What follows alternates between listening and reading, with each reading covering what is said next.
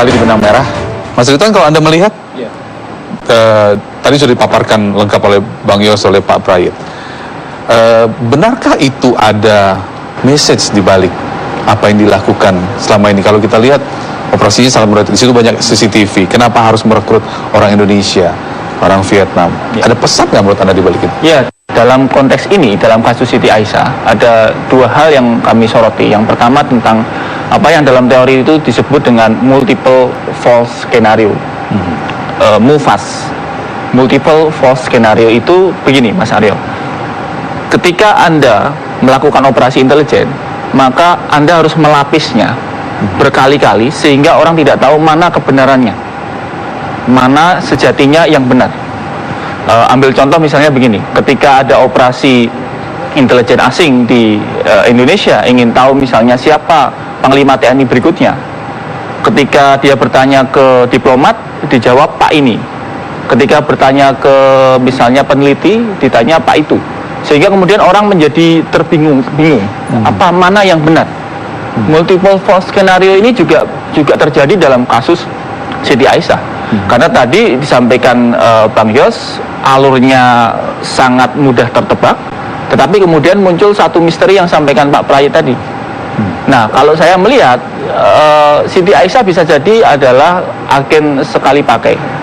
Jadi kalau kita sering istilahkan itu disposal agent.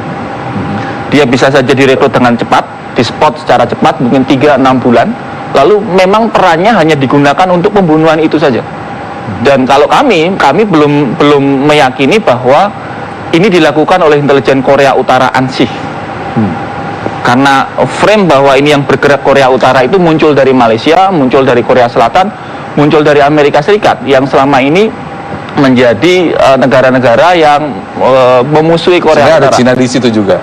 Exactly. Kita tahu Indonesia juga punya hubungan lah antara Indonesia dengan Amerika juga, bisa jadi jangan-jangan ini geopolitik. Atau Mas Muti bisa melihat ini? Iya. Mungkin nggak ini ada hubungannya dengan geopolitik kasus ini? Enggak, pertama saya ingin mengkonfirmasi tadi yang disampaikan oleh Bang Yos bahwa ada sesuatu yang harus diperjelas, siapa sebenarnya Siti Aisyah ini.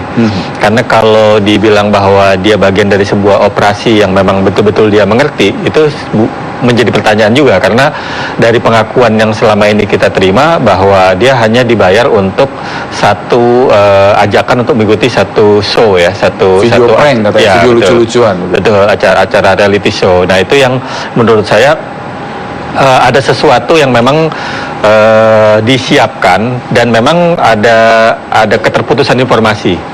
Bukankah dalam dunia intelijen itu kan kita kenal ada AH, ada AP, agen handler, ada agen AP, agen personel. Betul. Nah, bukankah seorang AP ini juga ketika dia merekrut orang yang direkrut tidak perlu tahu apa detailnya? Betul. Makanya itu yang saya bilang tadi, kalau dibilang bahwa Siti Aisyah ini adalah bagian dari agen yang memang profesinya adalah agen, dan itu profesional, memang tadi yang dibilang oleh istilah Mas Habib adalah disposal ya, agen sekali pakai. Lebih tepat mungkin seperti itu, karena memang dia hanya dibutuhkan untuk putus sampai operasi di bandara itu, dan dia tahunya bahwa saya diminta untuk melakukan satu acara reality show, kan kira-kira begitu.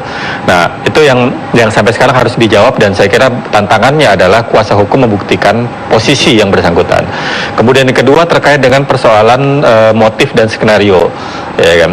Nah, itu yang saya kira sampai sekarang bukan mudah untuk melihat motif dan skenario itu, karena pengalaman dari operasi-operasi clandestine semacam ini itu dalam banyak kasus dia terbuka setelah X-file-nya terbuka. Artinya bisa 20 tahun, 30 tahun kemudian, karena menunggu kesaksian ataupun ada celah untuk membuka itu. Tetapi yang paling penting menurut saya ada fakta bahwa di sini ada perbuatan pidana, kan kira-kira begitu. Nah, itu yang paling dalam jangka waktu dekat itu membutuhkan satu proses untuk pengungkapan, kan kira-kira begitu. Tapi untuk melihat siapa yang menggunakan, lalu kemudian motifnya apa, dampak geopolitik apa, itu tidak dengan serta-merta dia muncul, tapi dia akan terasa dalam satu jangka waktu tertentu.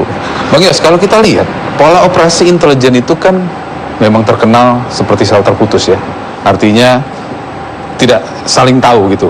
Kalau lihat dari kasus ini, itu meyakinkan itu nggak, dalam arti Siti Aisyah saja dia tidak tahu, dia taunya kita bikin prank video, Iya. sehingga si perekrut ini dari agent handler, agent personil itu memang tidak perlu tahu orang yang direkrut itu untuk apa. Itu jadi ciri khas nggak dari situ sendiri? bisa Di dilihat? operasi clandestine itu kita kenal cut out namanya kan. Cut out. Jadi tadi kan saya bilang the big boss gitu, katakan Mister itulah ya. Di bawahnya ini komandan atau kepala badan intelijen negara itu gitu kan bisa. Nah, terus agent handler tuh sampai yang namanya agent itu nggak mungkin bisa hubungan ke sini kecuali dengan satu orang saja gitu, diputus gitu. Sehingga kalau ketahuan seperti ini putus di situ. Anda melihat itu dari kasus Siti Aisyah ini? Iya, makanya dia kan kepengen sekali ngambil apa hubungannya ini orang Indonesia kok dia minta apa dalam siaran resmi minta agar Aisyah dilepas. Nah, kira-kira kenapa Aisyah dikasih apa anti peluru? Karena bisa di sniper dia. Gitu, orang ini supaya nggak bisa cerita kan gitu.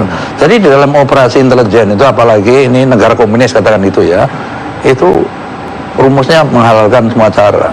Nggak peduli Aisyah itu siapa, saudara juga enggak, yang penting mission tercapai. Dan bisa juga kalau melihat karakter penentu kebijakan ini ya, mendesak terus kapan ini lo membunuhnya kapan, mungkin terlalu lama kan. Tim itu udah desa begitu kan, lalu cepat harus bereaksi dia kan. Kesempatannya ada di Malaysia, ketemu orang yang bisa diperalat, kenapa nggak sekarang gitu kan. Makanya yang orang-orang Korea Utara beneran itu kan ada 4 orang ya kalau nggak salah, belum ketangkap kan, langsung dia escape dia kan. Dan hal seperti itu pasti ini sekali lagi analisa ya, jangan sampai nanti ada keterlibatan kedutaan pasti ada, karena itu tempat yang aman untuk safe house mereka, kan ada kekebalan diplomatik di tempat itu gitu. Jadi di dalam operasi itu ada aja dinamika gitu. Lalu para petugas di lapangan ini lalu mencarikan peluang mana yang ada. Mungkin peluangnya di situ memang kan udah diamati kan selama di Malaysia kan, mau pergi kemana jam berapa kan sudah diamati. Dan Siti Aisyah dengan Duan Ti Huang ini ya, itu udah 3 kali latihan ya, dari sumber yang bisa saya percayalah gitu. Setiap latihan dikasih $100 Amerika kan, latihan cuman kayak begitu aja siapa nggak mau kan. Nah yang dipolesin kan body lotion aja gitu betulannya kan. Jadi ini untuk meyakinkan lagi bahwa dia sebenarnya tidak tahu gitu kan. Kalau dia tahu itu tadi apa layak membunuh orang dibayar 1,2 juta, siapa yang mau? Walaupun dia orang miskin juga berpikir karena risikonya sangat tinggi kan gitu. Lalu kepentingan Siti Aisyah itu apa gitu? Dia itu siapa? Gitu. Kecuali ada keterlibatan intelijen kita atau negara kita, urusannya apa, kita nggak sengketa kok dengan Korea Utara. Dan saya kan pernah menjadi tamu mereka waktu gubernur. Ya. Saya sudah menjelajahi banyak negara ya, begitu jadi tamu Korea Utara saya kaget-kaget luar biasa itu. Baik, ditahan dulu ceritanya, Bang Yos. Kita masih lanjutkan di segmen berikutnya. Kita akan masih bicara soal operasi intelijen dan dunia intelijen seperti apa. Tetap bersama kami di Benang Merah sesaat lagi.